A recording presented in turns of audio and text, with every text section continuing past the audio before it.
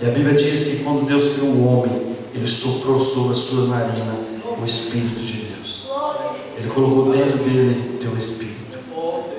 E há dentro de você algo que está gemendo. O Espírito Santo, irmão, a Bíblia diz que Ele tem ciúme de nós. Muitas vezes nós deixamos o Espírito se engrandecer dentro de nós. A nossa carne começa a se fortalecer e o Espírito vai se enfraquecendo. E nós deixamos a carne tomar lugar nas nossas vidas e fazemos coisas que desagradam a Deus. Fazemos coisas às vezes que Deus nem sequer ouve. A Bíblia diz que quando Deus criou o homem, irmão, Ele criou para o seu perfeito louvor. Mas nós conhecemos a história. Quando Deus criou o homem, Ele criou a mulher. E nós sabemos que a mulher pecou. Deus colocou o homem e a mulher para tomar conta do jardim do Éden. E a mulher pecou. Porque a mulher é um sexo frágil. Nós sabemos disso.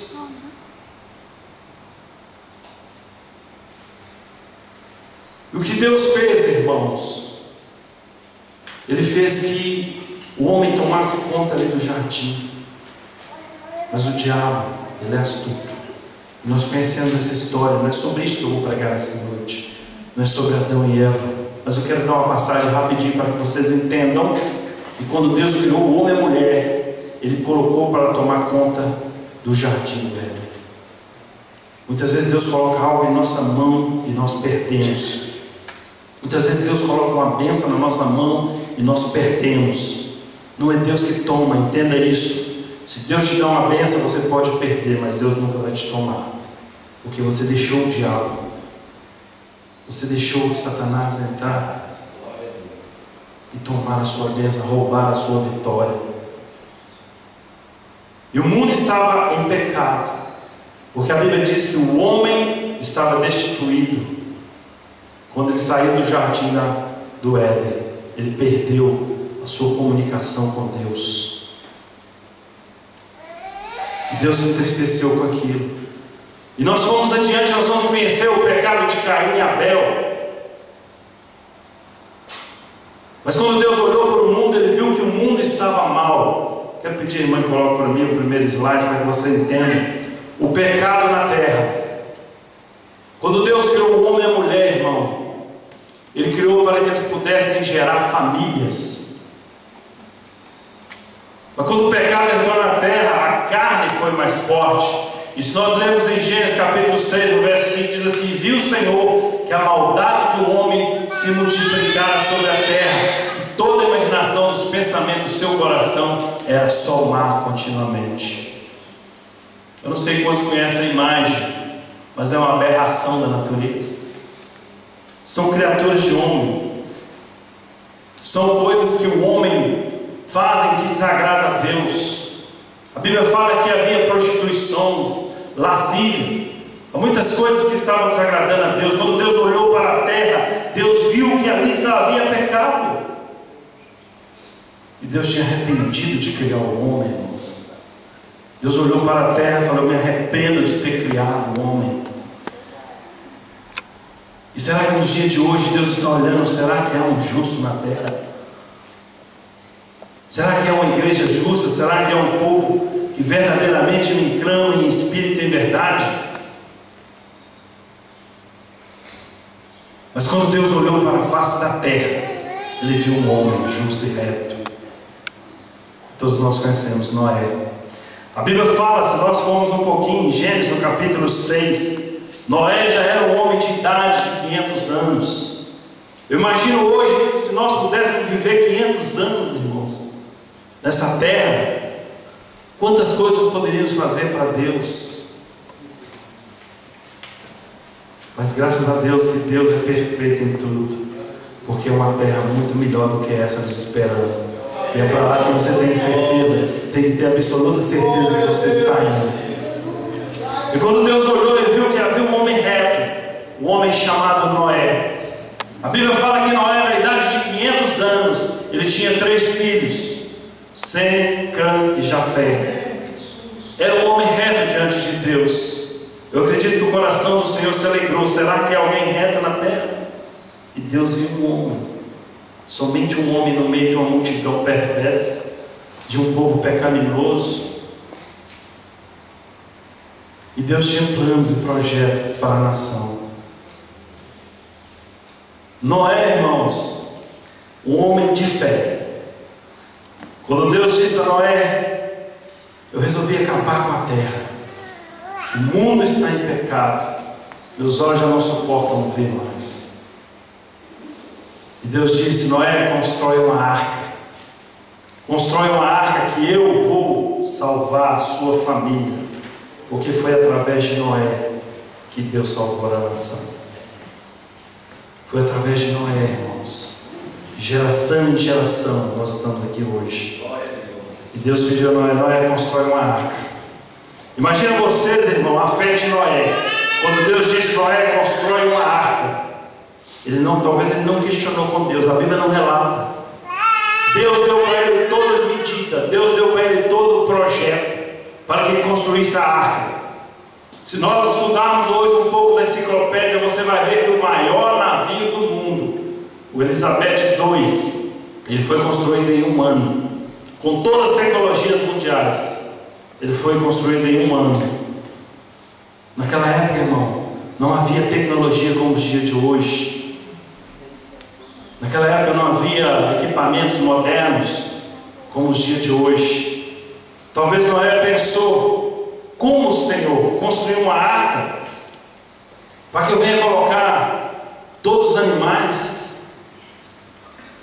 Havia mais animais do que homem, do que gente, porque Deus só ia salvar uma família.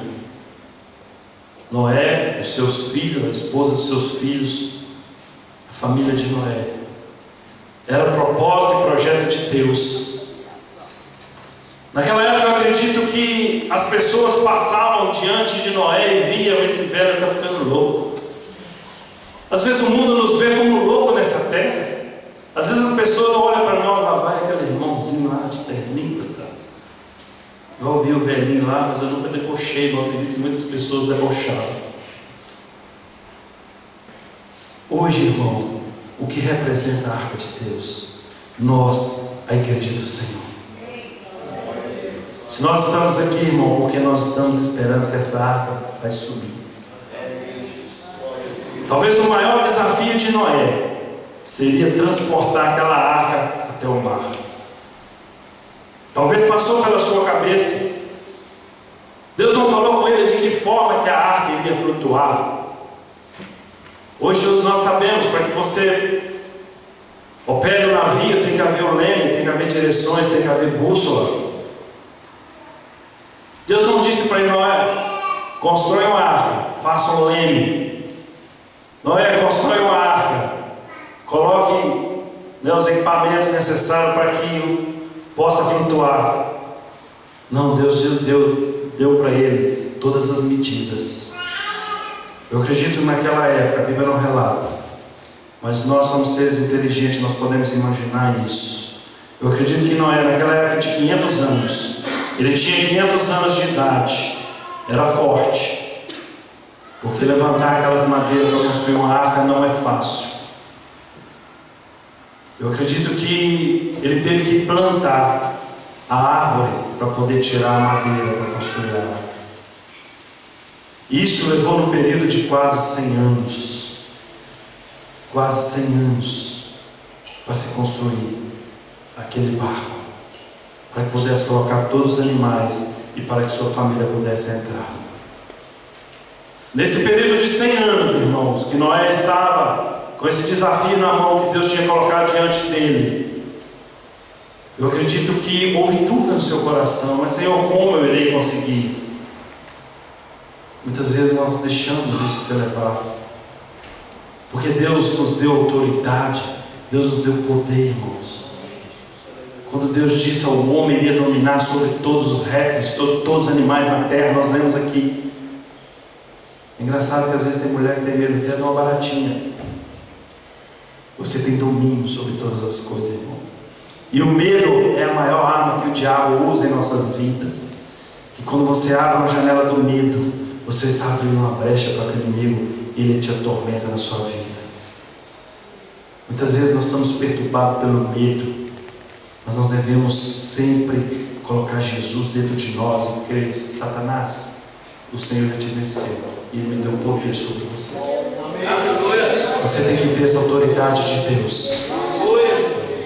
A arca de Noé, irmãos, é algo que aos olhos humanos parecia ser impossível de se fazer, porque naquela época não existia tecnologia, nós sabemos.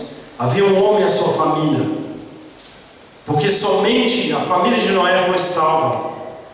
Eu não creio que aquela multidão foram ajudar Noé para construir uma arca. Eu acredito que Noé, na sua fé, ele foi debochado por muita gente. Houve poucas pessoas que foram salvas. Sem, Cã, Jafé, Noé, a sua esposa e as esposas dos seus filhos. E nos dias de hoje, irmão, como está a arca do nosso Senhor Jesus? Como nós estamos preparando essa arca para poder flutuar e subir e encontrar com o Senhor nos ares? A arca do Senhor representa a nossa igreja. E para que vocês possam ter uma ideia do tamanho dessa arca, vocês vão ver que é algo impossível de um homem, talvez os seus 3 filhos, 4 pessoas construir. Quero pedir, irmã, que passe, por favor. Essa é uma réplica de uma arca que foi construída na Holanda. E hoje ela está lá para que todo mundo possa ver como que era, como que foi construído.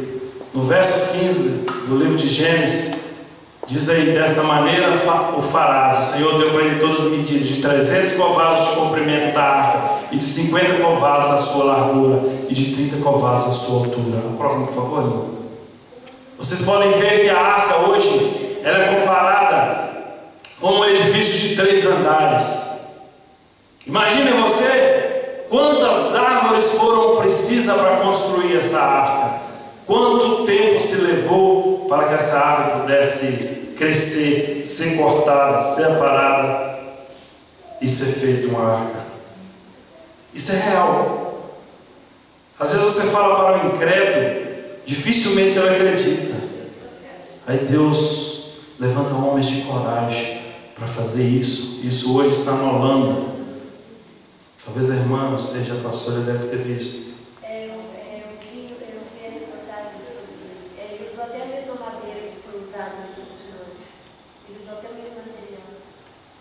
Está vendo, irmãos, como que Deus quer provar a fé dos incrédulos? Próximo, por favor. Como que Deus... vocês podem ver, eu quero mostrar a vocês um pouquinho o que é a arca por dentro. Talvez se vocês tiverem acesso na internet, vocês podem ver melhor. A próxima, irmã. É algo que parece inacreditável. Como que um homem e seus 3 filhos iam construir uma arca nessa estrutura? Está lá os animais. O porquê da altura? A próxima, por favor, irmão. Todos conhecem a girafa. Para quem entrasse uma girafa dentro da arca, ela precisa ter altura. Pode passar, por favor. Vocês podem ver os animais, alguma réplica. Vocês podem ter ideia de que era a arca. 100 anos, irmãos. 100 anos para construir uma arca.